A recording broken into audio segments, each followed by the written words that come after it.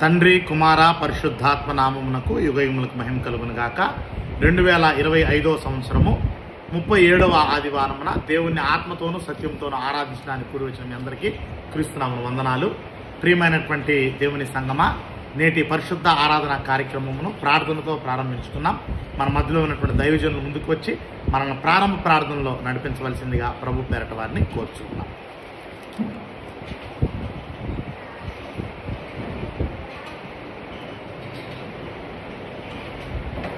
కృపా స్వచ్ఛ సంపన్నుడు అయిన మా పరలోకపు తండ్రి, ఆరాధనకు పాత్రుడు అయిన మా దేవా, నీతి స్వరూపి, మహోన్నతుడా, మహాగణుడా, మహోన్నత స్థలములో నివసించు నిత్య నివాసి, పరిశుద్ధుడు పరిశుద్ధుడు పరిశుద్ధుడిని కాన ప్రతిగానములతో స్తుతింపబడుతున్న మా గొప్ప దేవా, మీరు కోరిన విధముగా మా ప్రభు యేసుక్రీస్తు వారు ఆదేశించిన విధంగా మీరు ఆత్మతో సత్యముతో ఆరాధించబోతుండగా తండ్రి, ఆరాధన మీకు మహిమకరంగా, మా దీవెనకరంగా, మీ అధ్యక్షతన క్రమముగా, మర్యాదగా, లేఖనానుసారముగా, మీ చిత్తానుసారముగా జరిగించుకొని మీరు ఒక్కరే మహిమ తెచ్చుకోమని మా ప్రభు యేసుక్రీస్తు వారి శక్తి కలిగిన నామములో ప్రార్థన చేసి వేడుకుంటున్నాము తండ్రి, ఆమేన్.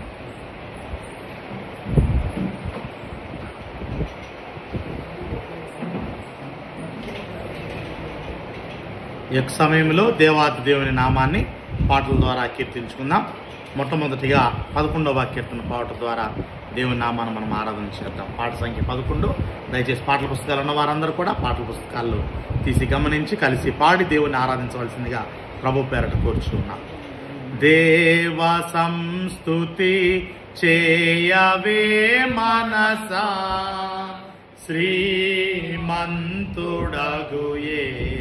పోవ సంస్తుతి చేయవే మనసా, దేవ సంస్తుతి చేయు మానా, జీవమాయే హోవా దేవుని పావనానా, మమును తెంచుమా, నా అంతరంగము లో వసించు నో సమస్తమా, ఆ కారణముచే దేవ సంస్తుతి చేయవే మనసా, జీవమాయే హోవా నీకు చేసిన మేలను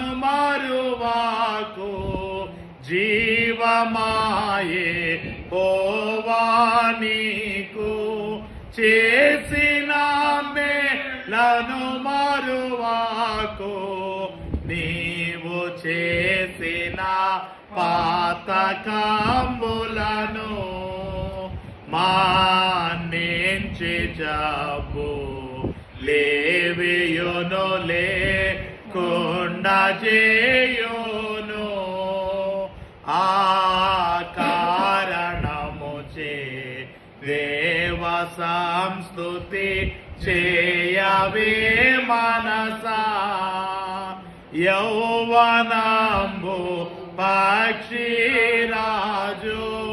యౌవనంబు వలనే క్రొత్త, యౌవనంబు పక్షిరాజు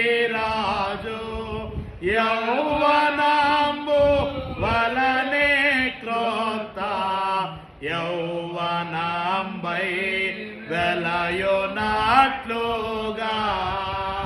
మేలిచ్చి నీదు భావమును తుష్టి పరచునుగా, ఆ కారణముచే దేవ సంస్తుతి చేయవే మనసా, పడమటికి తూర్పెంత ఎడమో, పాపములకు మనకు నంత, పడమటికి తూర్పెంత ఎడమో, పాపములకు మనకు నంత, ఎడము కలుగా చేసియున్నాడు, అనాప ఎడముగానే చేసియున్నాడు. ఆ కారణముచే దేవ సంస్తుతి చేయవే మనసా.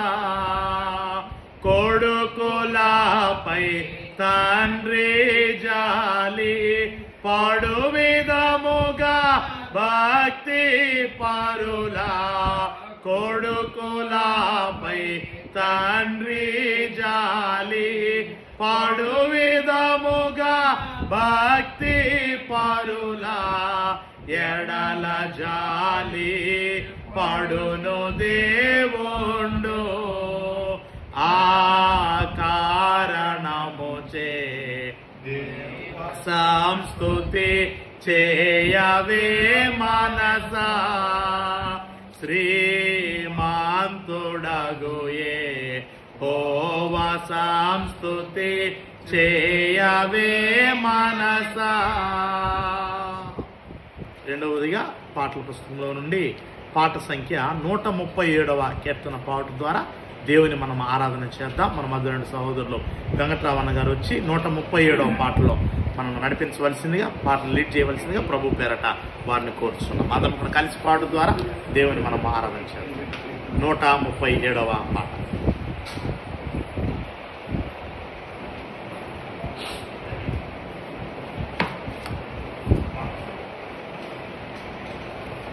భారతదేశపు క్రీస్తు సంఘమా, భువి దివి సాంఘమా, ధర సాతానుని రాజ్యము కూల్చి యుద్ధారంగమా.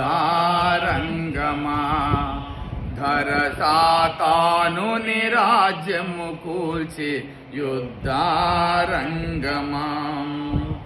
ఎవని పంపుదును నా తరపున ఇలా, ఎవరు పోవుదురు నాకై. ఎవని పంపుదును నా తరపున ఇలా, ఎవరు పోవుదురు నాకై. నేనున్నాను నన్ను పంపుమని రమ్ము సంఘమా. నేనున్నాను నన్ను పంపుమని రమ్ము సంఘమా. భారతదేశములో వెలిగి క్రీస్తు సంఘమా. భారతదేశములో వెలిగి క్రీస్తు సంఘమా. భారతదేశపు క్రీస్తు సంఘమం, భువి దివి సాంఘమా.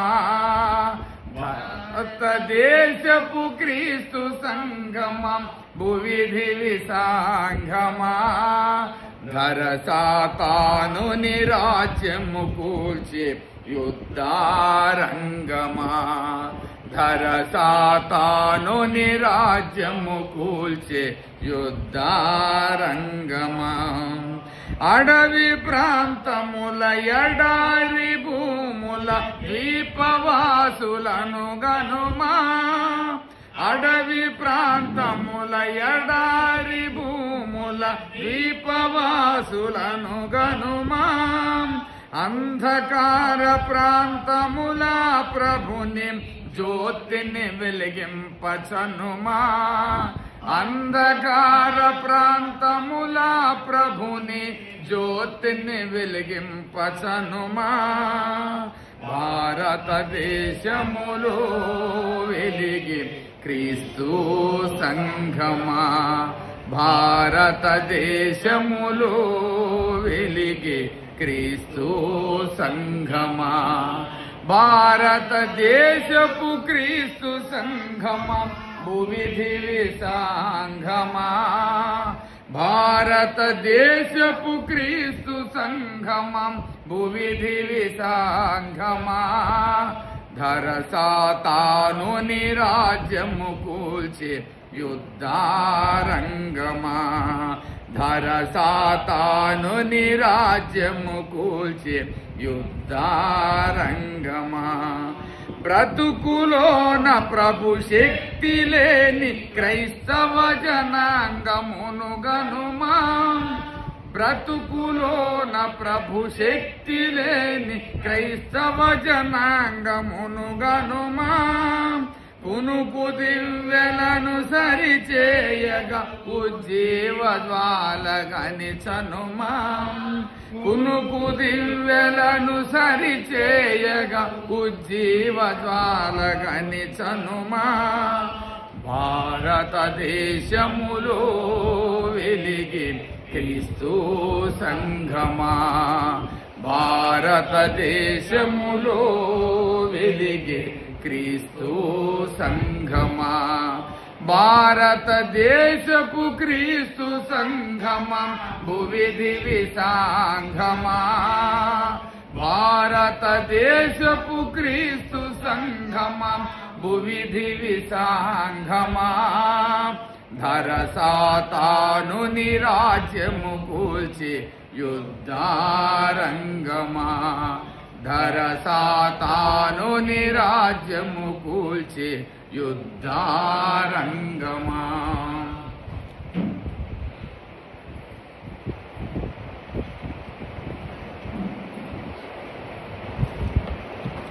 చివరిగా ఒక ఆంగ్ల కీర్తన కూడా పాటు ద్వారా దేవుని నామాన్ని మనము ఆరాధన చేద్దాం.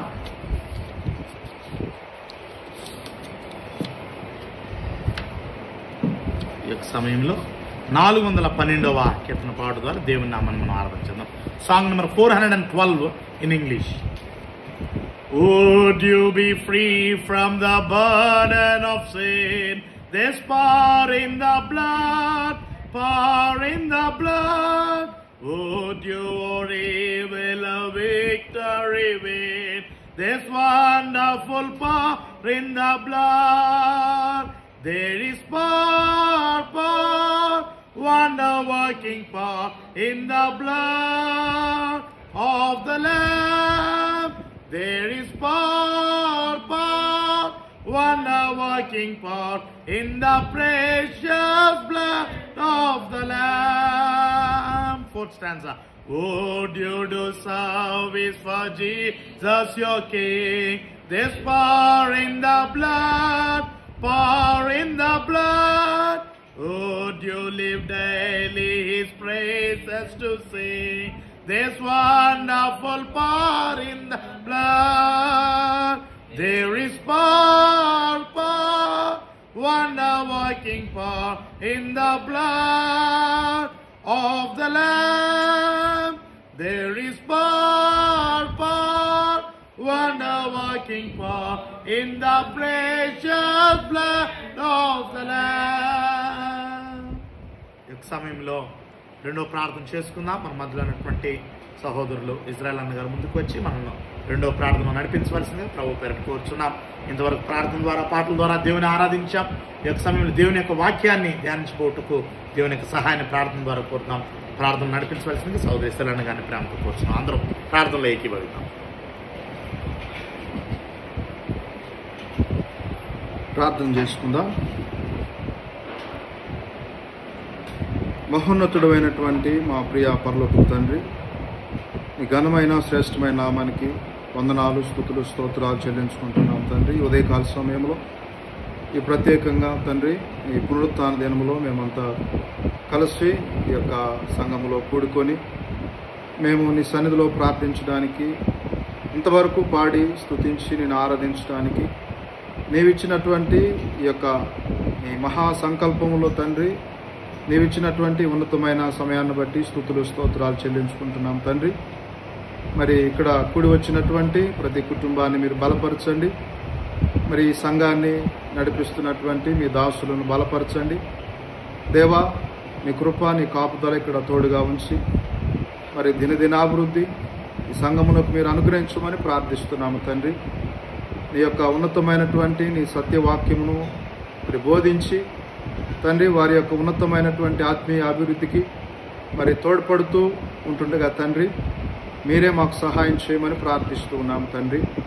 మరి అదేవిధంగా ఈ యొక్క సమయంలో దేవా మరి నీ వాక్యాన్ని బోధిస్తున్నటువంటి మీ దాసులు మీరు మీ యొక్క ఉన్నతమైనటువంటి కృపా కాపుదలను అనుగ్రహించి దేవా ఉన్నతమైనటువంటి నీ యొక్క వాక్యములో ఉన్నటువంటి సత్యాలు మాకందరికీ బయలుపరిచి తండ్రి మరి మీ దాసుని బలంగా నీ యొక్క పరిచర్యలో వాడుకొని మాకు సహాయం చేసి మమ్మల్ని బలపరచమని మీకే మహిమ ఘనత ప్రభావములు చెల్లించుకుంటూ నజరేయుడైన యేసుక్రీస్తు నామమున అడిగి ప్రార్థించి వేడుకొంచున్నాము పరలోక తండ్రి.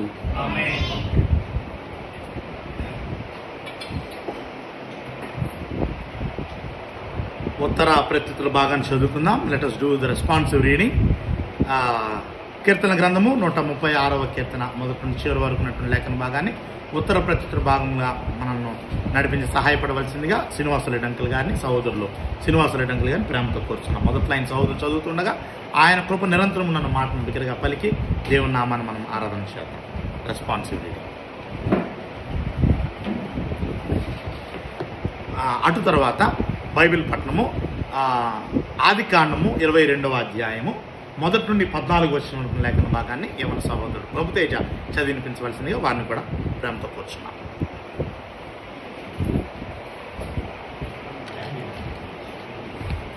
ఆరాధన కూడి వచ్చిన అందరికీ ప్రభువు నామమున వందనములు.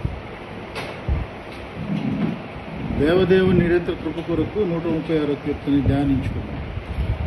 యెహోవా దయాళుడు, ఆయన కృతజ్ఞతాస్తుతులు చెల్లించుడి. ఆయన కృప నిరంతరముండును. దేవదేవునికి కృతజ్ఞతాస్తుతులు చెల్లించుడి. ఆయన కృప నిరంతరముండును. ప్రభువునకు కృతజ్ఞతాస్తుతులు చెల్లించుడి. ఆయన కృప నిరంతరముండును. ఆయన ఒక్కడే మహశ్చర్య కార్యములు చేయువాడు. ఆయన కృప నిరంతరముండును. తన జ్ఞానము చేత ఆయన ఆకాశమును కలుగ చేసెను. ఆయన కృప నిరంతరముండును. ఆయన భూమిని నీళ్ల మీద పరిచినవాడు. ఆయన కృప నిరంతరముండును. ఆయన గొప్ప జ్యోతులను నిర్మించినవాడు. ఆయన కృప నిరంతరముండును. పగటి నేలుటకు ఆయన సూర్యుని చేసెను. ఆయన కృప నిరంతరముండును. రాత్రి నేలుటకు ఆయన చంద్రుని నక్షత్రములను చేసెను. ఆయన కృప నిరంతరముండును. ఐగుప్తు దేశపు తొలిచూలను ఆయన హతము చేసెను. ఆయన కృప నిరంతరముండును. వారి మధ్య నుండి ఇశ్రాయేలును ఆయన రప్పించెను. ఆయన కృప నిరంతరముండును. చేయి చాచి తన బాహుబలము చేత వారిని రప్పించెను. ఆయన కృప నిరంతరముండును. ఎర్ర సముద్రమును ఆయన పాయలుగా చీల్చెను. ఆయన కృప నిరంతరముండును. ఆయన ఇశ్రాయేలును దాని నడుమ దాటిపోజేసెను. ఆయన కృప నిరంతరముండును. ఫరోను అతని సైన్యమును ఎర్ర సముద్రములో ఆయన ముంచివేసెను. ఆయన కృప నిరంతరముండును. అరణ్య మార్గమును ఆయన తన ప్రజలను తోడుకొని వచ్చెను. ఆయన కృప నిరంతరముండును. గొప్ప రాజులను ఆయన హతము చేసెను. ఆయన కృప నిరంతరముండును. ప్రసిద్ధి నొందిన రాజులను ఆయన హతము చేసెను. ఆయన కృప నిరంతరముండును. అమోరీల రాజైన సీహోను ఆయన హతము చేసెను. ఆయన కృప నిరంతరముండును. బాషాను రాజైన ఓగును ఆయన హతము చేసెను. ఆయన కృప నిరంతరముండును. ఆయన వారి దేశమును మనకు స్వాస్థ్యముగా అప్పగించెను. ఆయన కృప నిరంతరముండును. తన సేవకుడి ఇశ్రాయేలునకు దాని స్వాస్థ్యముగా అప్పగించెను. ఆయన కృప నిరంతరముండును.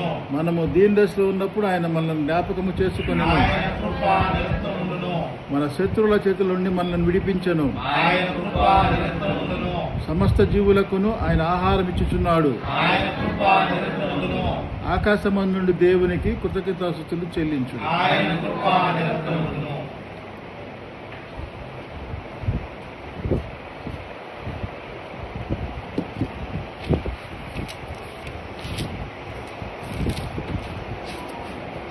ఆదికాండము 22వ అధ్యాయం 1 నుంచి 14 వచనాలు. ఆదికాండము 22వ అధ్యాయం 1 నుంచి 14 వచనాలు. ఆ సంగతులు జరిగిన తరువాత దేవుడు అబ్రహామును పరిశోధించెను.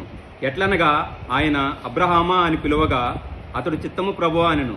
అప్పుడు ఆయన నీకు ఒక్కడై ఉన్న నీ కుమారుని అనగా నీవు ప్రేమించి ఇస్సాకుని తీసుకొని మోరియా దేశమునకు వెళ్ళి అక్కడ నేను నీతో చెప్పబోవు పర్వతములలో ఒకదాని మీద దహన బలిగా అతను నర్పించమని చెప్పెను.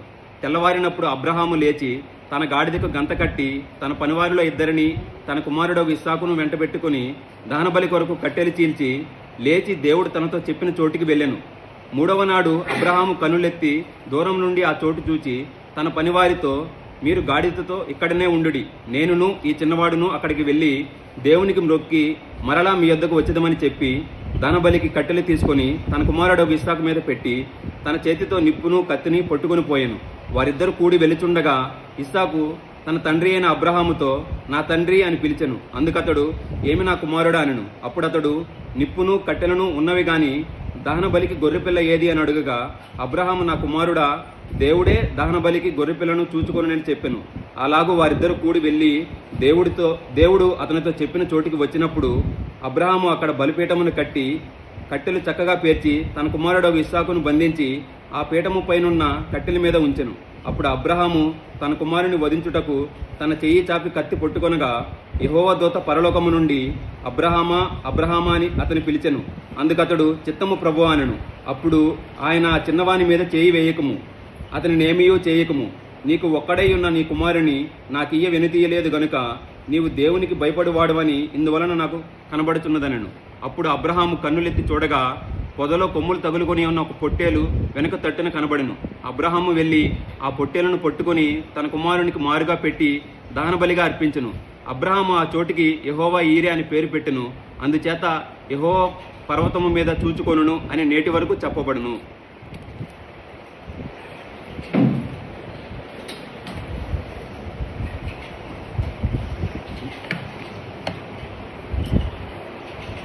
నీ వాక్యము నా పాదములకు దీపము దీపము, నా త్రోవకు వెలుగై వెలుగై యున్నాటి ఆ దీపము, నరరూపమెత్తిన పరలోక వాక్యమా నాతో మాట్లాడుమా నా ప్రభువా, నరరూపమెత్తిన పరలోక వాక్యమా నాతో మాట్లాడుమా నా ప్రభువా. హల్లెలూయా హల్లెలూయా హల్లెలూయా హల్లెలూయా, నాదుడేసుడు క్రీస్తు రాజుకు హల్లెలూయా, నాదుడేసుడు క్రీస్తు రాజుకు హల్లెలూయా. నీ వాక్యము నా పాదములకు దీపము దీపము, నా త్రోవకు వెలుగై వెలుగై యున్నాటి ఆ దీపము. తండ్రి కుమార పరిశుద్ధాత్మ నామమునకు యుగయుగములకు మహిమ కలుగును గాక. 2025వ సంవత్సరం 37వ ఆదివారమున దేవుని ఆత్మతోనూ సత్యంతోనూ ఆరాధించినప్పుడు వచ్చిన మీ అందరికీ కృపయు సమాధానము కలుగును గాక. మీ అందరికీ క్రీస్తు నామమున శుభాభివందనాలు తెలియజేస్తున్నాను. ప్రియమైనటువంటి దేవుని బిడ్డలారా, ఈ యొక్క సంవత్సరము ప్రారంభము నుండి మనము ఆదికాండము 12వ అధ్యాయము నుండి మనము దేవుని యొక్క వాక్యాన్ని ధ్యానిస్తూ దేవుని యొక్క గొప్ప సంకల్పాన్ని గురించి మనం తెలుసుకుంటూ వస్తున్నాం. అందులో భాగంగానే మనము యెహోషువ గ్రంథములో అసలు దేవుడు పిలిచినటువంటి అబ్రహాము యొక్క బ్యాక్గ్రౌండ్ ఏంటో మనం తెలుసుకున్నాం. అతను యూఫ్రటీస్ నది తీరములో అన్య దేవతలను విగ్రహమును ఆరాధించేటువంటి వ్యక్తిగా ఉన్నప్పుడు దేవుడు తన కొరకు ప్రత్యేకపరుచుకొని తన కొరకు ఒక ప్రతిష్టమైనటువంటి వ్యక్తిగా, కుటుంబముగా, జనముగా నిన్ను నేను చేస్తాను అని వాగ్దానం చేసినప్పుడు ఆయన దేవుని యొక్క పిలుపును అందుకొని అక్కడి నుండి బయలుదేరి వచ్చేసినట్టు మనం చూస్తాం. అతని తండ్రి ఇంటి నుండి, అతని యొక్క బంధువుల దగ్గర నుండి, అతని యొక్క సొంత ఇంటి నుండి ఆయన బయలుదేరి వచ్చినట్టు మనం చూస్తాం. అయితే వచ్చినప్పుడు ఆయన వయసు 75 సంవత్సరాలు, వాళ్ళ భార్య యొక్క వయసు 65 సంవత్సరాలు. అంటే వాళ్ళకి ఆయనకి ఈయనకి ఒక 10 సంవత్సరాలు తేడా మాత్రమే ఉంది.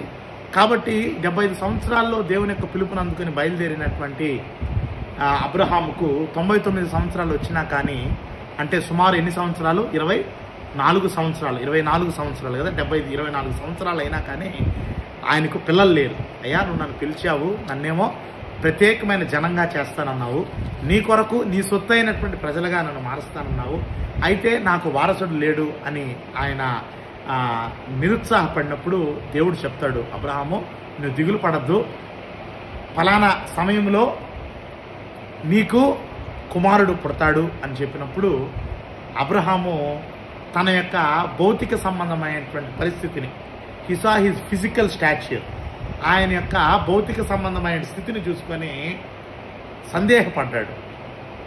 అయ్యా, ఇది ఎలా అవుతుంది? నాకు 100 సంవత్సరాలు కదా, ఎలా నేను బిడ్డలు కనగలను అని ఆయన అనుకున్నాడో లేదో కానీ అతని భార్య మాత్రము అనుకుంది. అయ్యా, నేను బలము ఉడిగిపోయిన దానను, నా భర్త వృద్ధుడైపోయాడు, కాబట్టి మాకెలా పిల్లలు పుడతారని అన్నప్పుడు దేవుడు ఒకే ఒక మాట అంటాడు వాళ్ళతోటి.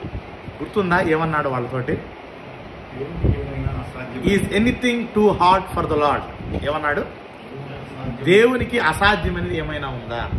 నీ భర్త ముసలివాడైనా, నీవు వృద్ధురాలు అయినా, మరి ఎవరివైనా, అంటే నేను దేవుడను, ఆకాశమును భూమిని సముద్రమును అందులో సమస్తమును మానవ జాతిని కలుగు చేసినటువంటి దేవుడను, నేల మట్టితో నరుని నిర్మించినటువంటి దేవుడను, నరుని అంతరింద్రియములను నిర్మించినటువంటి దేవుడను, నరుని యొక్క శరీరములో ఉన్నటువంటి ప్రతి భాగము, అది నాడి వ్యవస్థ అయినా, శ్వాసకోశ వ్యవస్థ అయినా, లేకపోతే పునర్జీవన వ్యవస్థ అయినా, మరి ఏ వ్యవస్థనైనా కూడా నేను కలుగు చేసినటువంటి వాడిని. నువ్వేమనుకుంటున్నావంటే సారా, అబ్రహాము సతీమణి, నీలో ఉన్నటువంటి ఆ గర్భ సంచి, ఆ పిండమును మోసేటువంటి, ఆ గర్భమును మోసేటువంటి సంచి, దాని యూట్రస్ను నువ్వు అనుకుంటున్నావు అది ఏమైపోయింది? వీక్ అయిపోయింది, అది ఉడిగిపోయిందని నువ్వు అనుకుంటున్నావు. బట్ నీకు వాగ్దానం చేసిన వాడు ఎవడంటే, నిన్ను నేల మట్టితో నిర్మించినప్పుడు నీ గర్భములో ఆ గర్భ సంచిని నిర్మించిన వాడు నేను. I'm the one who formed your uterus. దాన్ని నేను ఏం చేయగలను?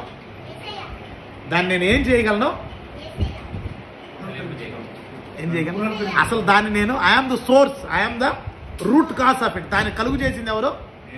దాని యొక్క స్థితి ఎలా ఉందో నీకు తెలీదు, నాకు తెలుసు. నీలో అన్ని కలుగు చేసి నీ తల్లి గర్భములో నేను నిన్నేం చేశాను? నీ తల్లి గర్భంలో నిర్మించాను. నేను నిర్మించి నువ్వు ఎదిగే పరిస్థితిని నేను గమనిస్తూ వస్తున్నాను.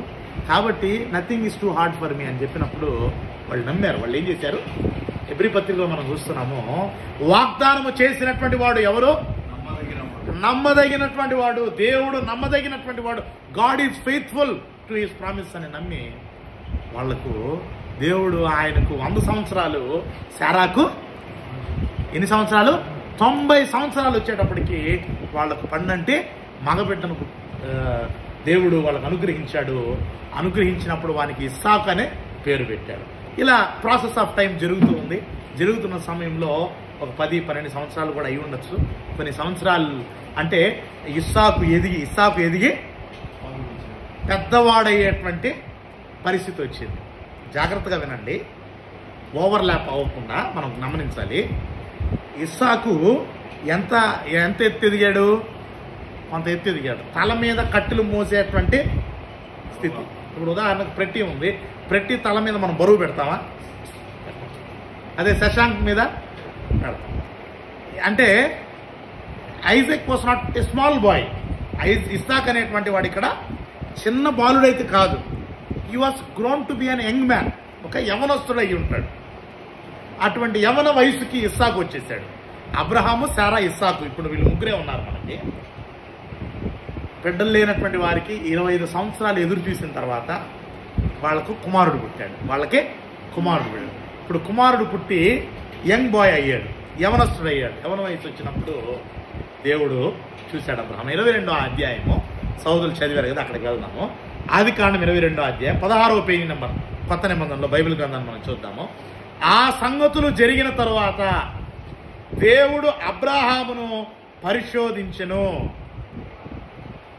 దేవుడు అబ్రహామును ఏం చేశాడు? Some time later God tested Abraham. దేవుడు అబ్రహామును ఏం చేశాడు? పరిశోధించను. ఇట్స్ నాట్ శోధన, అది శోధన కాదంటే ఇట్స్ నాట్ ఎ టెంప్టేషన్ అన్నమాట. But God tested his faith. ఏం చేశాడు? పరీక్షించాడు. ఇది దేవుని ప్రజల పట్ల దేవునికి ఇది సర్వసాధారణమైనటువంటి ఒక విషయమే. ఎక్కడో నేను ఉంటే తల్లిదండ్రులు విడిచిపెట్టి రమ్మంటే వచ్చేసాడు. బిడ్డలు ఇస్తానంటే నమ్మేశాడు. అసలు ఇతని విశ్వాసం అసలు ఏ లెవెల్లో ఉంది అని తెలుసుకోవడానికి దేవుడు అబ్రహాంని ఏం చేశాడంట? టెస్ట్ చేశాడంట. ఏం చేశాడంట? God tested Abraham, పరిశోధించాడు.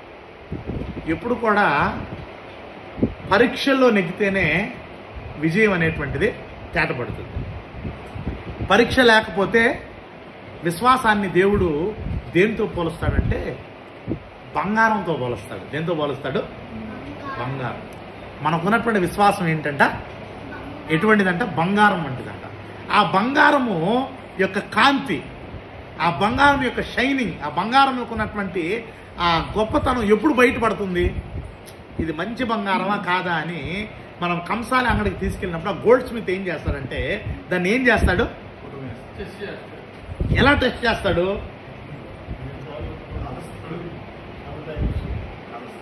ఏం చేస్తాడు? సమ్ టైమ్స్ బైబిల్ గ్రంథంలో దాని గురించి ఒకసారి మనం చదువుకొని ముందుకు సాగుదాం. మీరు చెప్పినటువంటి అది వాస్తవం. పేతురు రాసినటువంటి మొదటి పత్రిక 1వ అధ్యాయము 7వ వచనం, పేజీ నెంబర్ 214 క్రొత్త నిబంధనలో పేతురు రాసిన మొదటి పత్రిక 1వ అధ్యాయం 7వ వచనము, నశించిపోవు సువర్ణము అగ్ని పరీక్ష వలన శుద్ధపరచబడుచున్నది కదా, దానికంటే అమూల్యమైన మీ విశ్వాసము ఈ శోధనల చేత పరీక్షకు నిలిచినదై యేసుక్రీస్తు ప్రత్యక్షమైనప్పుడు మీకు మెప్పును మహిమయు ఘనతయు కలుగుటకు కారణమగును. ఆ బంగారమును శుద్ధి చేసేది ఏంటంట? ఏంటి? అగ్ని. అగ్ని. Fire is the one which refines the gold and fire is the one which proves the gold is good or bad. అది ఈరోజు ఉంటుంది, నశించిపోతుంది. కానీ ఈ అమూల్యమైన విశ్వాసము అంటే అక్కడ దాన్ని ప్యారలల్గా పోల్చి మాట్లాడుతున్నాడు అనమాట. మీ విశ్వాసము కూడా అగ్ని లాంటి పరిశోధనలకు ఏం చేయాలి? ఇప్పుడు మనం బంగారం తీసుకెళ్ళాము, అది కరెక్ట్దో కాదో అని ఆయన ఏం చేస్తున్నాడు? 7 సార్లు ఏం చేస్తున్నాడు? టెస్ట్ చేస్తున్నాడు. దేని మీద? ఫైర్ మీద. దేని మీద? అగ్ని మీద. అది మంచి బంగారం కాకపోతే ఏమవుతుంది? ఏమైపోద్ది? కాలిపోతుంది, అది బూడిదైపోద్ది. మంచిదైతే ఇంకా స్ట్రాంగ్ అవుతుంది అనమాట. ఇంకా ఏమవుతుంది? ఇంకా గ్లో ఇస్తుంది అనమాట. అదేవిధంగా అబ్రహాము యొక్క విశ్వాసం తండ్రి ఇంటిని వదిలిపెట్టి వచ్చేంతవరకేనా, లేక గొడ్రాలుగా ఉన్నటువంటి భార్య గర్భము ధరించి బిడ్డను కనేంతవరకేనా? ఈ విశ్వాసం ఎంతవరకు? 25 సంవత్సరాల వరకేనా అని దేవుడు ఏం చేయాలనుకున్నాడు? టెస్ట్ చేయాలనుకున్నాడు. ఏం చేయాలనుకున్నాడు? ఇప్పుడు బంగారాన్ని టెస్ట్ చేయడంలో తప్పేమని ఉందా? ఇప్పుడు బంగారం టెస్ట్ చేస్తే అది ఒరిజినల్ అని తెలిస్తే మనకి ఏం కలుగుతుంది? ధైర్యం, సంతోషం, సంతృప్తి కలుగుతుందా లేదా? అదేవిధంగా దాని విలువ, దాని వాల్యూ అమూల్యంగా పెరిగిపోద్ది. అది ఎప్పుడైతే ఆ టెస్ట్లో పాస్ అయిందో ఆ బంగారం యొక్క విలువ ఎంతగో పెరిగిపోతుంది. అదేవిధంగా అబ్రహాం యొక్క విశ్వాసాన్ని బట్టి దేవుడు ఏం చేయాలనుకున్నాడు? టెస్ట్ చేయాలనుకున్నాడు. మీకు ఉదాహరణకు మనం చూసినట్లయితే ద్వితీయోపదేశ కాండము 8వ అధ్యాయము 2వ వచనం చూద్దాం. ఇక్కడ ఇశ్రాయేలీయుల గురించి మాట్లాడుతూ ఉన్నాడు. ఇది కూడా ఒక విధమైనటువంటి టెస్ట్ అన్నమాట. అంటే ఈ బ్యాక్గ్రౌండ్ మనం చదువుకుంటూ వెళ్తే మనకు జెనిసిస్ చాప్టర్ 22 ఈజీగా మనకు అర్థమవుతుంది అనమాట. మరియు ఒకసారి 152వ పేజ్ నెంబరు పెన్లో ఉన్న వారు దాన్ని అండర్లైన్ చేసుకోండి. This is the attitude of God. ఇది దేవుని యొక్క ఆలోచన విధానం. ఇది దేవుని యొక్క సరళి. మానవుల పట్ల దేవుని అవలంబించేటువంటి విధానం. అతను అబ్రహామైనా, అతను ఆదామైనా, అతను పేతురైనా, అతని పౌలైనా, నేటి క్రీస్తు సంఘ సేవకుడైనా, నేటి క్రీస్తు సంఘ సభ్యుడు అయినా, క్రైస్తవుడు అయినా, ఎవరితో అయినా దేవుడు అవలంబించేటువంటి తీరు. చదువుదాం. 8వ అధ్యాయం 2వ వచనము చాలా ప్రాముఖ్యమైనటువంటి, అది అర్థం చేసుకోవడానికి ఇది బ్యాక్గ్రౌండ్ మనకు అర్థమవుతుంది అనమాట. Please go on. నీవు ఆయన ఆజ్ఞలను గైకొందువో లేదో నిన్ను శోధించి నీ హృదయములో ఉన్నది తెలుసుకొనుటకు నిన్ను అణచు నిమిత్తమును అరణ్యములో ఈ 40 సంవత్సరములు నీ దేవుడైన యెహోవా నిన్ను నడిపించిన మార్గం అంతటిని జ్ఞాపకము చేసుకొనుము. ఏంటంట? దేవుడు ఏం చేశాడంట? దేవుని ఆజ్ఞలను నీవు గైకొందువో లేదో అని నిన్ను శోధించి నీ హృదయంలో ఉన్నది తెలుసుకొనుటకు నిన్ను అణుచు నిమిత్తము అరణ్యములో నిన్ను ఎన్ని సంవత్సరాలు నడిపించాడు? అరణ్యములో దేవుడు వారిని నడిపించింది వారికి అవిశ్వాసమును బట్టి అని ఒక సైడ్ అయితే, ఒక సైడ్ ఆఫ్ ద పేజ్ అయితే, other side of the page ఏంటి? They are undergoing the test of faith. వారు దేవుని యొక్క ఆజ్ఞలను గైకొంటారో లేదో అని వాళ్ళని దేవుడు ఏం చేశాడంట? టెస్ట్ చేశాడు. ఎన్ని సంవత్సరాలు? 40 సంవత్సరాలు టెస్ట్ చేశాడు. అంటే దేవుని యొక్క వైఖరి మానవుల పట్ల ఎలా ఉంటుందంటే, గాడ్ వాంటెడ్ టు టెస్ట్. అంటే మానవుల యొక్క విశ్వాసాన్ని దేవుడు దేనితో సమానంగా చేశాడు? గోల్డ్తో. అంటే గోల్డ్ కన్నా ఎక్కువ అంటున్నాడు. గోల్డ్ ఏ విధంగా ఒక విలువైనటువంటి ఒక మెటల్, అది ఆ విలువైనటువంటి ఆ లోహాన్ని అగ్నిలో వేసినప్పుడు అది ఏమవుతుంది? అది దాని యొక్క విలువ పెరుగుతుంది. దానికి ఉన్నటువంటి ఆ షైనింగ్, ఆ గ్లో అనేటువంటిది కూడా, ఆ అందం అనేటువంటిది, ఆ బ్యూటీ అనేటువంటిది కూడా ఏమవుతుంది? ఎన్హాన్స్ అవుతుంది అన్నమాట, పెరుగుతుంది అనమాట. అదేవిధంగా విశ్వాసము అనేటువంటిది దేవుని పట్ల నమ్మకం కలిగి ఉంటే ఆ విశ్వాసము ఒక పరిపూర్ణమైనటువంటి విశ్వాసంగా ట్రాన్స్ఫార్మ్ అవ్వాలంటే it should undergo the testing. అదేమవ్వాలి? పరీక్షకు గురవ్వాలి, పరీక్షకు లోనవ్వాలి. ఇప్పుడు అబ్రహాము యొక్క విశ్వాసాన్ని దేవుడు ఏం చేస్తున్నాడు? బంగారమును అగ్నిలో వేసి దాని యొక్క కాంతిని పెంచినట్టు, దాని విలువను పెంచినట్టు ఈ అబ్రహాముకు ఉన్నటువంటి విశ్వాసాన్ని దేవుడు ఏం చేస్తున్నాడు? పరీక్షిస్తున్నాడు. ఇక్కడ అరణ్యంలో వీళ్ళు దేవుని యొక్క ఆజ్ఞలు గైకొంటారో లేదో, వీడు కొడుకు పుట్టేశాడు, వారసుడు వచ్చేసాడు, ఇంక ఏముంది, 100 సంవత్సరాలు బ్రతికేశాను, దేవుడేముందిలే అని వీడు వెళ్ళిపోతాడా? లేకపోతే నాకు మాత్రమే ప్రథమ స్థానం ఇచ్చి ఇవన్నీ నాకు దేవుడు ఇచ్చింది అని నా పట్ల నమ్మకంగా ఉంటాడని అబ్రహాముని ఏం చేయాలనుకున్నాడు? టెస్ట్ చేయాలని అనుకున్నాడు. ద్వితీయోపదేశకాండం 8వ అధ్యాయానికి వచ్చాం కాబట్టి 3వ వచనం కూడా చదువుతున్నాం. ఆహారము వలననే గాక యోహో ప్రతి మాట వలన నన్ను బ్రతుకులని నీకు తెలియజేయుటకు ఆయన నిన్ను అణచి నీకు ఆకలి కలుగజేసి నీవే గాని నీ పితరులే గాని ఎన్నడెరుగని మన్నాతో నిన్ను పోషించాడు. ఇక్కడ వీళ్ళకి ఆకలి కలుగు చేసింది ఎవరు? ఎందుకో? It's a test. అదేంటది? విశ్వాసమునకు పరీక్ష. ద్వితీయోపదేశ కాండంలోకి వచ్చాం కాబట్టి 13వ అధ్యాయము 3వ వచనాన్ని కూడా చదువుకొని మనం ఆది కాండంలోకి వెళ్దాం. మన సమయం అయిపోయింది. అతడు నీతో చెప్పిన సూచక్రియ గాని మహత్కార్యము గాని సంభవించును, ఆ ప్రవక్త మాటలను కలలు అనువాని మాటలను వినకూడదు. ఏలయనగా మీరు మీరు మీ దేవుడని యెహోవా మీ దేవుని యొక్క పరీక్ష ఎలా ఉంటుందో చూడండి. గో హెడ్ చదవండి. మీరు మీ దేవుడైన యెహోవాను మీ పూర్ణ హృదయముతోను మీ పూర్ణ ఆత్మతోను ప్రేమించుతున్నారో లేదో తెలుసుకున్నటకు మీ దేవుడైన యెహోవా మిమ్మల్ని పరీక్షించుతున్నాడు. దేవుని యొక్క పరీక్ష యొక్క ఆబ్జెక్టివ్, ఆ కోలమానం ఏంటో ఇక్కడ చూస్తున్నాం. చూడండి, మీ పూర్ణ ఆత్మతో, with your whole spirit. Number 2, with your whole heart. మీరు ఆయనను ప్రేమిస్తున్నారో లేదో అని తెలుసుకున్నటకు మీ దేవుడైన యెహోవా మిమ్మల్ని ఏం చేస్తున్నాడు? ఏంటి పరీక్ష? ఎంతగా నమ్మాలంట దేవుని మనం? ఎంత? మీ పూర్ణ హృదయముతోనూ మీ పూర్ణ ఆత్మతోనూ ప్రేమించుచున్నారో లేదో తెలుసుకున్నటకు మీ దేవుడైన యెహోవా మిమ్మల్ని ఏం చేస్తున్నాడు? పరీక్షించుతున్నాడు. దేవుడు ఏం చేస్తున్నాడు? పరీక్ష. ఇప్పుడు అర్థమైంది అనుకుంటాం మనకు.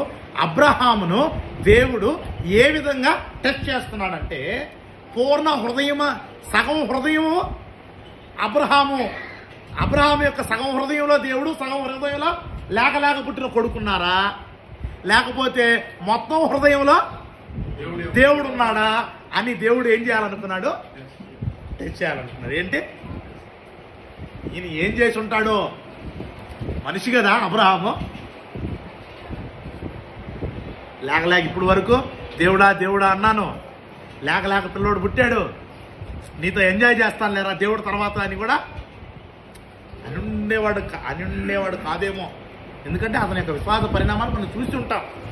ఏదైతే ఏమి అబ్రహాము యొక్క పూర్ణ ఆత్మతో పూర్ణ హృదయంతో దేవుని పట్ల విశ్వాసం కలిగి ఉన్నాడా లేదా అని ఆయన ఏం చేయాలనుకున్నాడు? దేవుడు టెస్ట్ చేయాలనుకున్నాడు. కాబట్టి ఇప్పుడు మీకు అర్థమైంది అనుకుంటాను. అబ్రహామును దేవుడు ఏం చేయాలనుకున్నాడు? హృదయం మొత్తం నేనున్నానా, కొడుకున్నాడా? హృదయం మొత్తం ఎవరున్నారు? నేనున్నానా, లేకపోతే లేక పుట్టినటువంటి కొడుకున్నాడని పరిశోధించాలనుకున్నాడు. ప్రభు చిత్తం అయితే మన సమయం అయిపోయింది కాబట్టి వచ్చే వారము 22వ అధ్యాయం 3వ వచనం నుండి మనము ధ్యానించడానికి ప్రయత్నం చేద్దాం. దయచేసి ఎవరు మిస్ కావద్దు. వచ్చే వారం అమూల్యమైనటువంటి సందేశం మనం వినబోతున్నాం. కాబట్టి ఈ బ్యాక్గ్రౌండ్ కూడా ఇది కూడా చాలా మనకు దోహదపడిందని నేను నమ్ముతూ ఉన్నాను. ఈ సమయంలో మనము సిలువ ధ్యాన గీతాన్ని మనం పాడుకుందాం. అయితే మీరు కానీ సహకరిస్తే ఒక 10 నిమిషాలు చెప్తే బాగుంటుంది అనుకుంటాను. ఎందుకంటే సహోదరులు అందరూ ఇప్పుడే వస్తున్నారు కాబట్టి చెప్పమంటారా? చెప్పమంటారా? ఓకే. దయతే ఎందుకంటే మనకు చెంచుగానిపాలెం కూడా 11:30 ఆరాధన ఉంది కాబట్టి మనం టైం కొంచెం చేస్తాం. అయితే ఇక్కడతోటి ఈ బ్యాక్గ్రౌండ్ తోటి మనం ఇప్పుడు ఆదికాండం 22వ అధ్యాయాన్ని ప్రారంభించి వదలుదాం. సరేనా? ఆదికాండము 22వ అధ్యాయము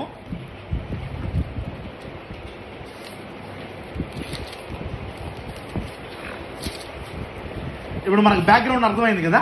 బ్యాక్గ్రౌండ్ అర్థమైంది. దేవుడు పరీక్షిస్తున్నాడు అబ్రహాము యొక్క హృదయం అంతటిలో పూర్ణ హృదయముతో పూర్ణ ఆత్మతో అబ్రహాము దేవుణ్ణి ప్రేమిస్తున్నాడా లేకపోతే కొడుకును ప్రేమిస్తున్నాడా అన్నది పరీక్ష. ఇక్కడ అర్థమైపోయింది కదా. టెస్ట్ ఏంటంటే అబ్రహాము ముందు దేవుడు ఉన్నాడా, ఇస్సాకు ఉన్నాడా? 22వ అధ్యాయం 1వ వచనం. ఈ సంగతులు జరిగిన తర్వాత దేవుడు అబ్రహామును పరిశోధించెను. ఎట్లనగా ఆయన అబ్రహామా అని పిలువగా అతడు చిత్తము ప్రభువా అని. అబ్రహామును దేవుడు ఏం చేయాలనుకున్నాడు? పరిశోధించాలి, టెస్ట్ చేయాలనుకున్నాడు.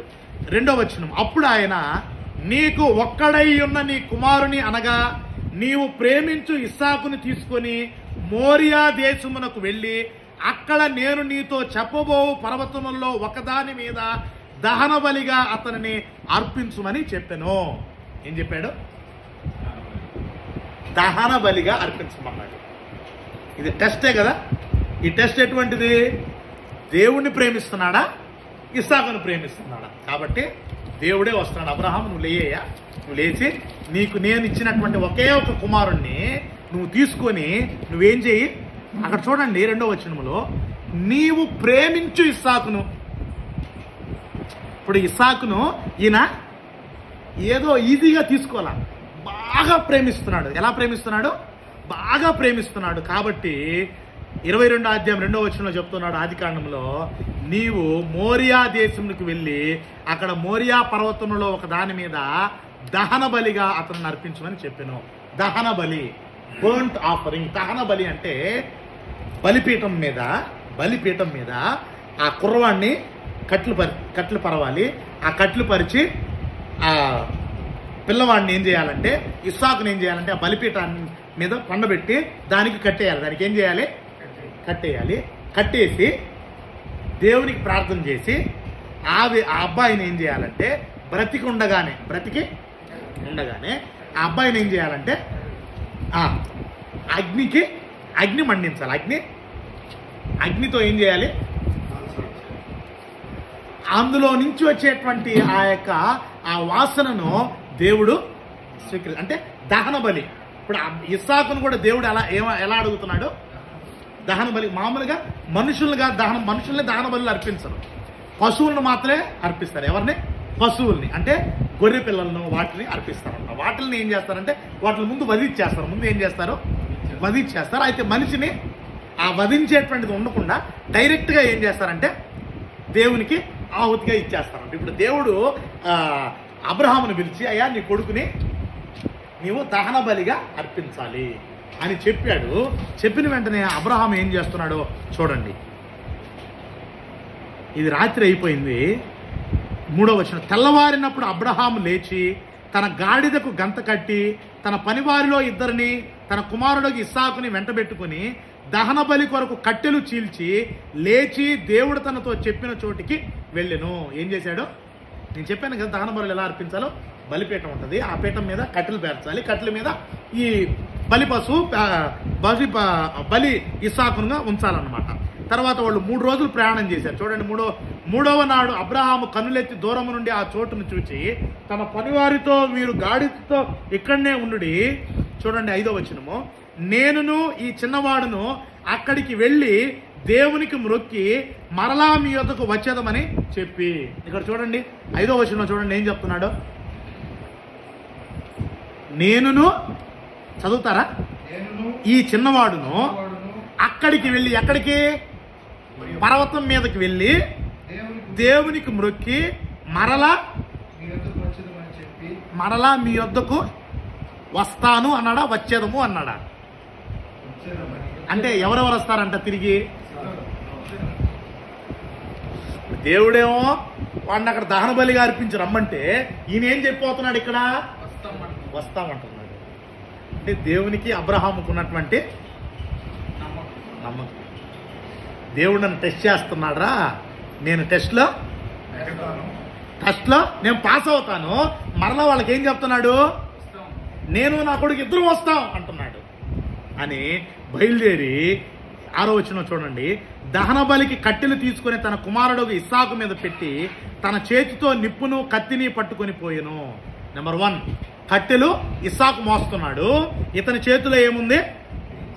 కత్తి మరియు నిప్పు 2 ఉన్నాయి. అంటే ఇది దహన బలి అని అర్థమైపోతుంది. ఏం బలి? దహన బలి అని అర్థమైపోతుంది. కాబట్టి 7వ వచనం చూడండి, ఇస్సాకు తన తండ్రి అయిన అబ్రహాముతో నా తండ్రి అని పిలిచెను. అందుకతడు ఏమి నా కుమారుడా అనిను. అప్పుడు అతడు నిప్పు ఉంది, కట్టెలు ఉన్నవి కానీ దహన బలికి గొర్రె పిల్ల ఏది అని అడిగాడు. ఏమడుగుతున్నాడు?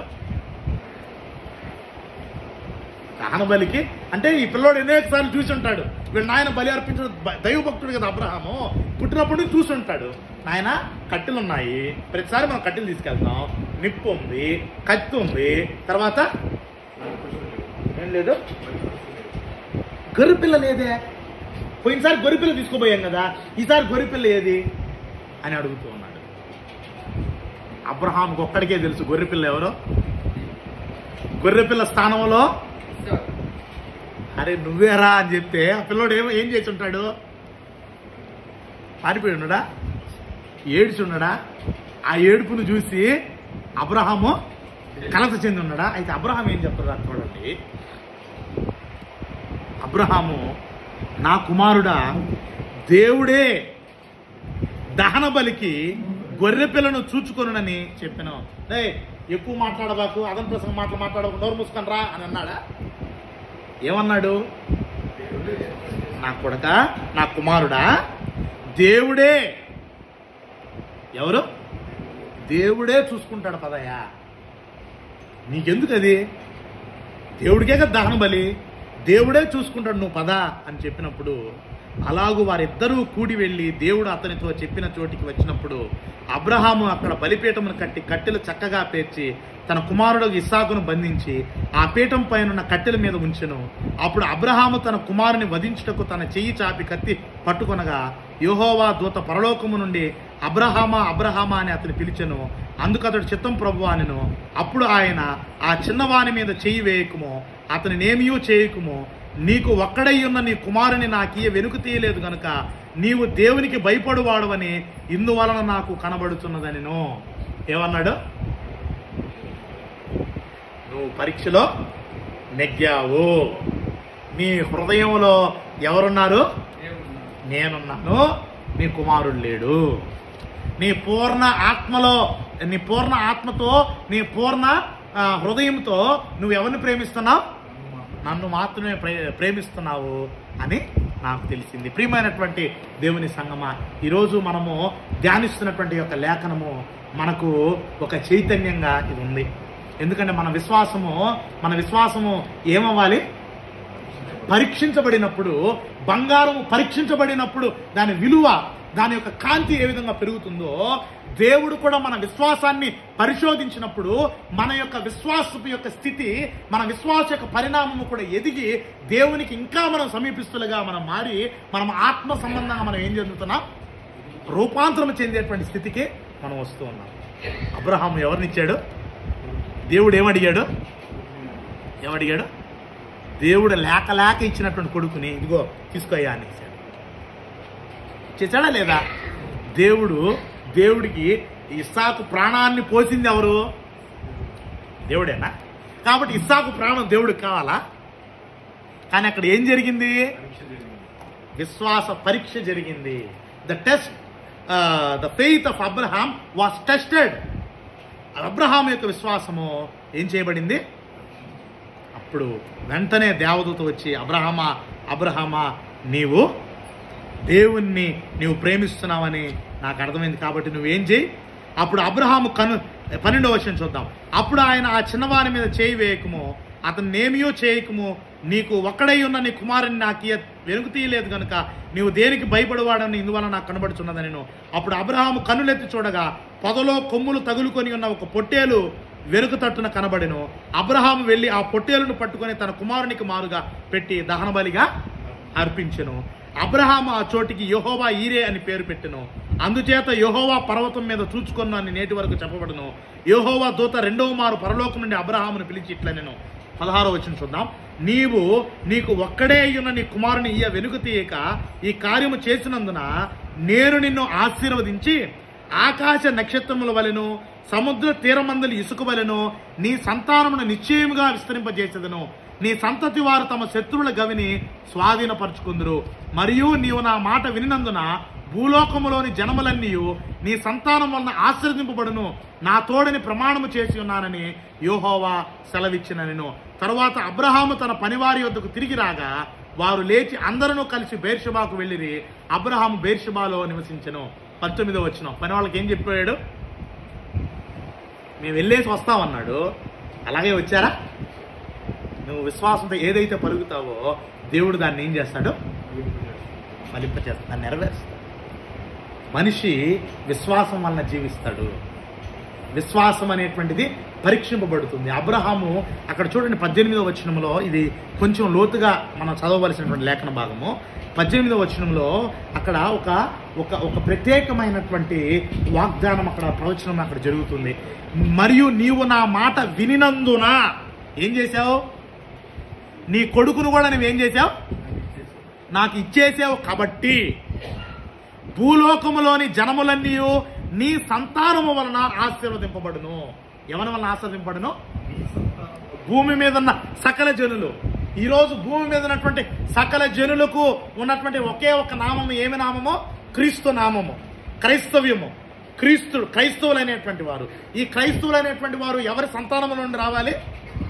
అబ్రహాము సంతానం. ఈ అబ్రహాము సంతానములో నుండి వస్తారని దేవుడు అబ్రహామును అనేటువంటి తన సొంత గృహంలో నుండి పిలిచినప్పుడు దేవుడు ఈ వాగ్దానం చేశాడా? లేకపోతే ఇస్సాకును కరిన తర్వాత ఈ వాగ్దానం చేశాడా? ఇస్సాకును బలి అర్పించడానికి తీసుకువెళ్ళి ఆ యొక్క టెస్ట్ లో పాస్ అయిన తర్వాత ఈ వాగ్దానం చేశాడా? పాస్ అయిన తర్వాత చేశాడు. అదేవిధంగా ఎప్పుడైతే పరీక్ష ఉంటుందో, పిల్లలకు ఎప్పుడైతే పరీక్ష పెడతారో, ఫైనల్ ఎగ్జామ్ ఎప్పుడైతే జరుగుతుందో వెంటనే ఏం చేయబడతారు వాళ్ళు? They will be promoted to the higher standards. In the same way, అదే విధంగా ఎప్పుడైతే మన విశ్వాసం అనేటువంటిది శోధించబడుతుందో, దేవుడు నన్ను శోధిస్తున్నాడయా, దేవుడు నన్ను పరీక్షిస్తున్నాడని ఎప్పుడైతే నువ్వు అనుకుంటున్నావో, దేవుడు ఆ తర్వాత ఆ కొద్ది సమయంలోనే నీ యొక్క స్థితిని దేవుడు ఏం చేయబోతున్నాడు?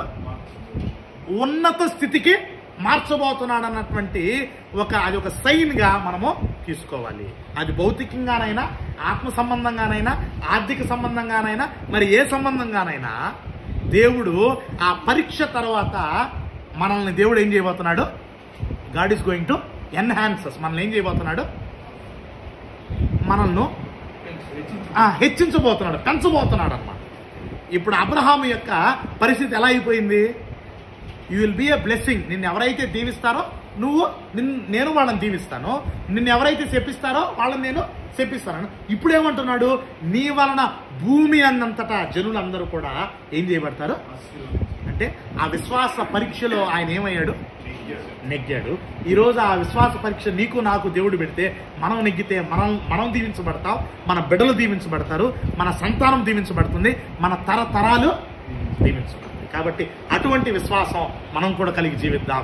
విశ్వాస పరీక్షలో గెలిచినటువంటి అబ్రహామును మనం చూస్తున్నాం, కానీ అబ్రహామును విశ్వాసంలో గెలిపించినటువంటి దేవుణ్ణి మనం యొక్క సమయంలో జ్ఞాపకం చేసుకోవాలి. మన విశ్వాసంలో మనం గెలిపించేది ఎవరు? దేవుడు. అంత పరిణామం, అంత సహాయం, అంత నిగ్రహ శక్తి, అంత కంట్రోలింగ్ పవర్ అబ్రహాముకు కానీ ఇవ్వకుండా ఉంటే అబ్రహాం విశ్వాసం నెగ్గుంటాడా? కాబట్టి మనము దేవుని మీద సంపూర్ణంగా మనం ఏం చేయాలి, నమ్మకం ఉంచాలి, ఆయన మీద ఆధారపడాలి. Abraham was able to depend on God, so he became victorious. ఆ యొక్క విశ్వాస పరీక్షలో అతను ఎందుకు విజయం సాధించగలిగాడంటే అబ్రహాము సంపూర్ణంగా ఎవరి మీద ఏమన్నాడు కుమారుడితోటి, దేవుడు యెహోవా ఈరే అన్నాడు. ఏమన్నాడు?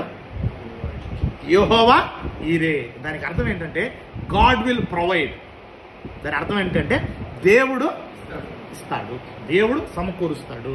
కాబట్టి ఈరోజు మనము ఆరాధించేటువంటి దేవుడు ఆయన ఎటువంటి దేవుడు అని మనం తెలుసుకుంటున్నామంటే హీఈస్ యెహోవా జైరే. ఆయన ఎవరు? యెహోవా ఈరే. నాతో కలిసి చెప్పండి, యెహోవా ఈరే. ఆయన మనకు సమకూర్చే దేవుడు. He's my provider. పరిశుద్ధుడా మహాగణుడైన తండ్రి, చెప్పబడిన వాక్యము మా అందరి వెనికిడిలో ఫలింపునిచ్చినట్లు సహాయం చేయమని, నీవే ఇక్కడ ఉన్నటువంటి మా ఒక్కొక్కరికి యెహోవా ఈరేగా ఉండి నడిపించమని, మా జీవితాలను తండ్రి వెలిగింప చేయమని యేసుక్రీస్తు వారి నామములో ప్రార్థన చేస్తున్నాము తండ్రి, ఆమేన్.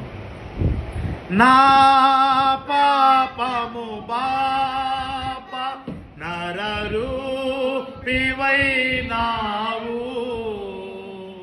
నా శాపము మాప నలిగి వేలాడితివి, నాకు చాలిన దేవుడవు నీవే, నా స్థానములో నీవే. నా పాపము బాప నరరూపివైనావు,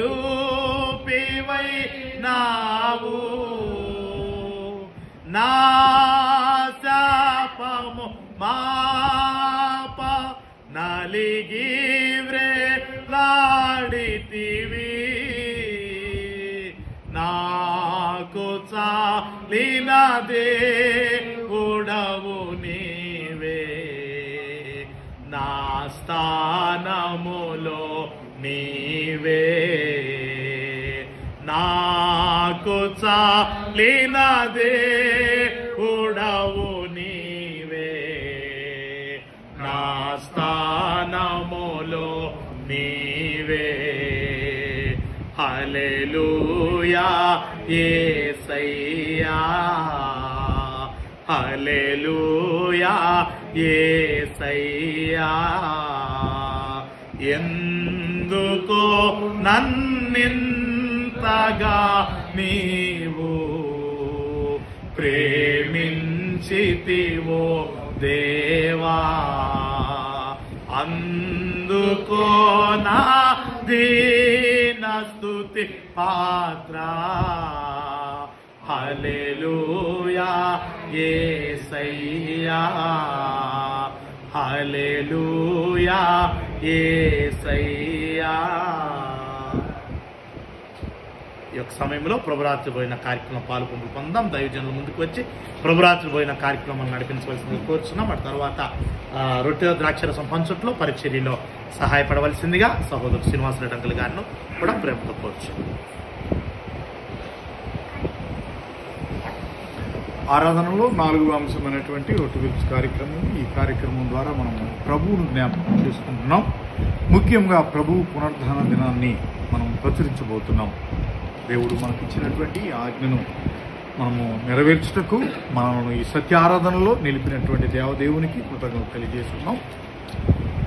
కొరింథీయులకు రాసిన మొదటి పత్రిక 11వ అధ్యాయము 23-24 వచనం చదువుకుందాం. నలగొట్టబడినటువంటి శరీరమునకు సాదృశ్యమైన రొట్టెలో మనం చేయవేయటం ముందుగా పరిశుద్ధ గ్రంథం నుండి లేఖన భాగాన్ని చదువుకున్నాం. కొరింథీయులకు రాసిన మొదటి పత్రిక 11వ అధ్యాయము 23-24 వచనాలు. నేను మీకు అప్పగించిన దానిని ప్రభువు వలన పొందుతుని, ప్రభు అయిన యేసు తాను అప్పగింపబడిన రాత్రి ఒక రొట్టెను ఎత్తుకొని కృతజ్ఞతాస్తుతులు చెల్లించి దానిని విరిచి, ఇది మీ కొరకైన నా శరీరము, నన్ను జ్ఞాపకము చేసుకున్నట్టుకై దీని చేయడని చెప్పాను.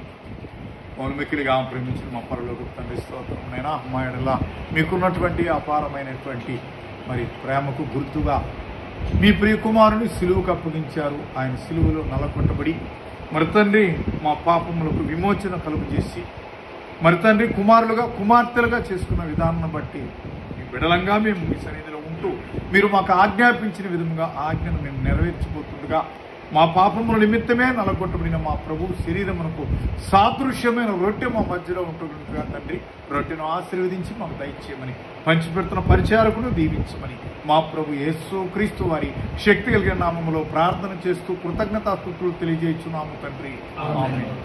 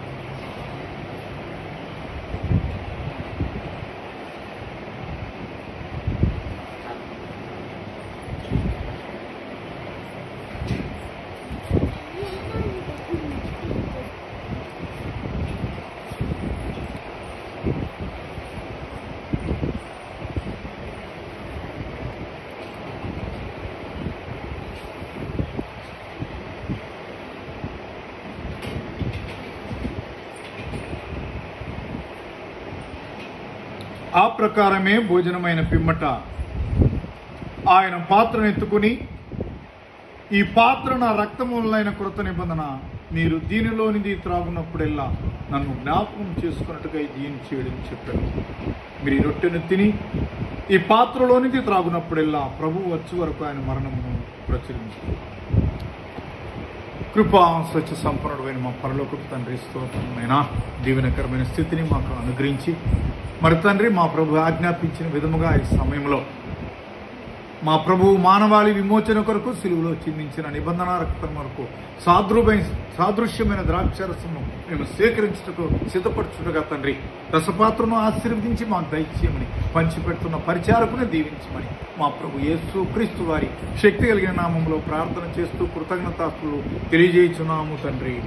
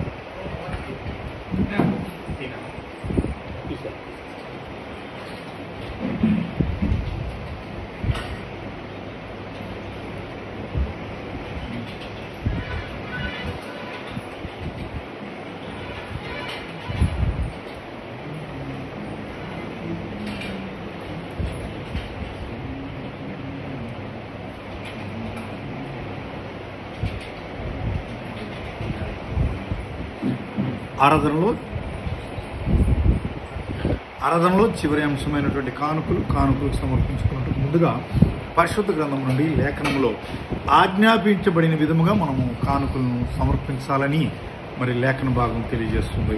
కొరింథీయులకు రాసిన 2వ పత్రిక 8వ అధ్యాయము 12వ వచనం.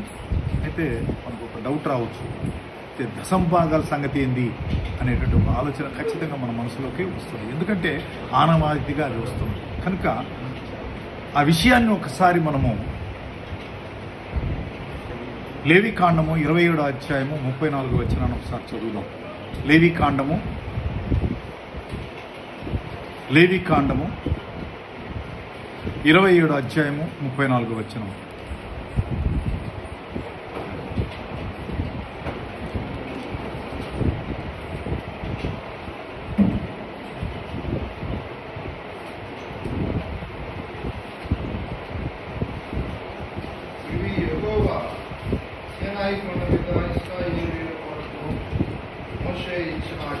ఇది కనుక ఈ విషయాలను మనం ఆజ్ఞలన్నీ కూడా ఇశ్రాయేలీయుల కొరకు మోషేకి ఇచ్చిన ఆజ్ఞలు. ఇప్పుడు 30వ వచనం చదవండి. అక్కడే లేవికాండము 27వ అధ్యాయము 30వ వచనం.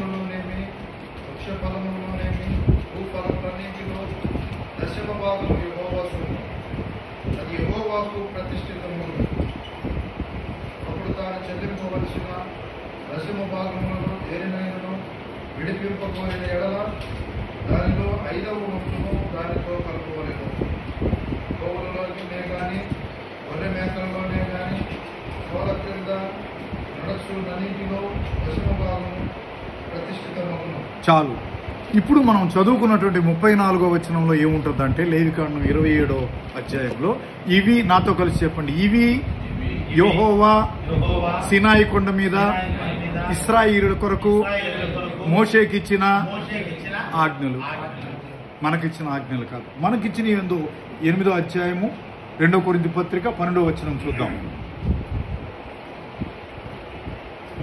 2వ కొరింథీ పత్రిక 8వ అధ్యాయము 12వ వచనము. మొదట ఒకడు సిద్ధమైన మనస్సు కలిగి ఉంటే శక్తికి మించి కాదు గాని కలిమి కొలది ఇచ్చినది ప్రీతికరమగును. అదే రీతిగా 2వ కొరింథీ పత్రిక 9వ అధ్యాయము 7 నుండి సనుగు కొనకయు బలవంతముగా కాకయు ప్రతివాడును తన హృదయములో నిశ్చయించుకున్న ప్రకారం ఇయ్యవలను. దేవుడు ఉత్సాహముగా ఇచ్చువారని ప్రేమించును, మరియు అన్నిటి యందు ఎల్లప్పుడూ మీలో మీరు సర్వ సమృద్ధి గలవారై ఉత్తమమైన ప్రతి కార్యము చేయుటకు దేవుడు మీ ఎడల సమస్త విధములైన కృపను విస్తరింప చేయగలడు. సమయంలో కానుక సమర్పిస్తాం. మన మధ్యలో సహోదరులు జనార్దన్ అన్న ముందుకున్నారు. సహోదరులు వచ్చి కానుకను స్వీకరించవలసింది. వెండి బంగారాల కన్న మిన్న అయినది యేసు ప్రేమ, నా యేసు ప్రేమ, యేసు ప్రేమ, నా యేసు ప్రేమ. లోక జ్ఞానమునకు మించిన ప్రేమ లోకస్తులు ఎవ్వరు చూపలేని ప్రేమ, లోకస్తులు ఎవ్వరు చూపలేని ప్రేమ. వెండి బంగారాల కన్న మిన్న అయినది యేసు ప్రేమ, నా యేసు ప్రేమ, యేసు ప్రేమ, నా యేసు ప్రేమ. అందరం కలిసి పాడదాం. ఏ స్థితికైనా చాలిన ప్రేమ, నా పరిస్థితిని మార్చగల ప్రేమ. ఏ స్థితికైనా చాలిన ప్రేమ, నా పరిస్థితిని మార్చగల ప్రేమ. నాకు బదులు మరణించిన ప్రేమ, చిరజీవము నాకు సగే ప్రేమ.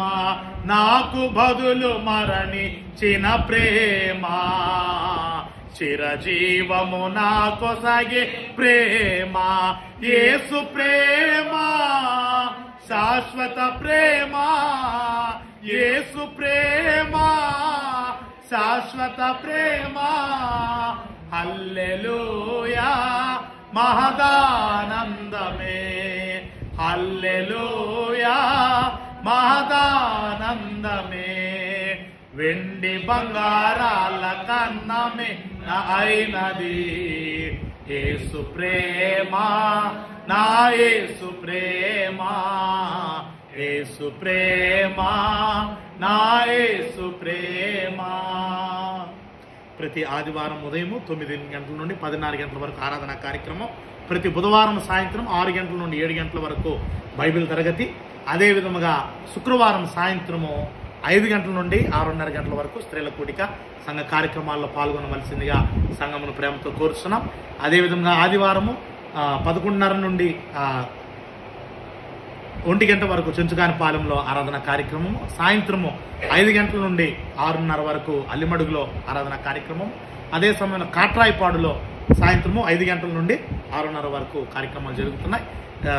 కావలి, చెంచుగానిపాలెము, అల్లిమడుగు, కాట్రాయిపాడు జరుగుతున్నటువంటి 4 పరిచర్యలు దేవునికి మహిమకరంగా జరుగునట్లు మనల్ని, మన కుటుంబాలను, దైవజనుల కుటుంబాలను దేవుడు దీవించి ఆశీర్వదించినట్లు మనందరం కూడా ప్రార్థనలో, మన వ్యక్తిగత ప్రార్థనలో, మన కుటుంబ ప్రార్థనలో, సంఘ ప్రార్థనలో జ్ఞాపకం చేసుకుందాం. దేవుడు తను ఆరాధించడానికి ఈరోజు మనకు కృపను అనుగ్రహించాడు. అందును బట్టి దేవునికి కృతజ్ఞతాస్తులు చెల్లిస్తూ ముగింపు ప్రార్థనతో నేటి పరిశుద్ధ ఆరాధన కార్యక్రమాన్ని ముగించుకుందాం. దైవజనులు ముందుకు వచ్చి ప్రార్థన ఆశీర్వాదములతో నేటి పరిశుద్ధ ఆరాధన కార్యక్రమాన్ని ముగించవలసిందిగా ప్రభు గారికి కోరుచున్నాం.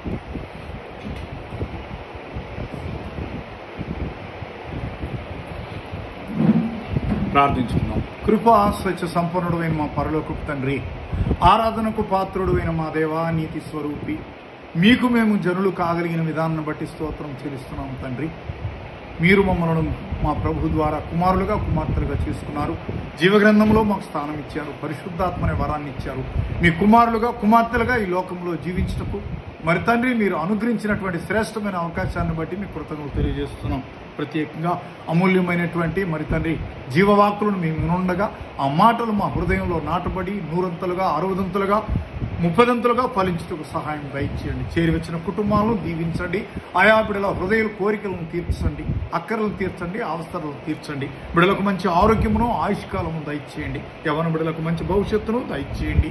ప్రత్యేకంగా స్త్రీలునైనా వారి జీవితము, వారి యొక్క ఆలోచన ప్రణాళికలు తండ్రి పరిశుద్ధ గ్రంథంలో పరిశుద్ధ స్త్రీల వలె ఉండుటకు సహాయం దయచేయమని ప్రాధేయపడుతున్నాం. చిన్న బిడ్డలను దీవించండి. చిన్న బిడ్డలు ఇప్పటి నుండి ప్రభు యొక్క బోధలో, శిక్షలో పెంచబట్టుకు సహాయం దయచేయమని ప్రత్యేకంగా సంఘము ద్వారా జరుగుతున్నటువంటి ఆయా స్థలాల్లో పరిచర్యను మీరు దీవించి ఆశీర్వదించండి.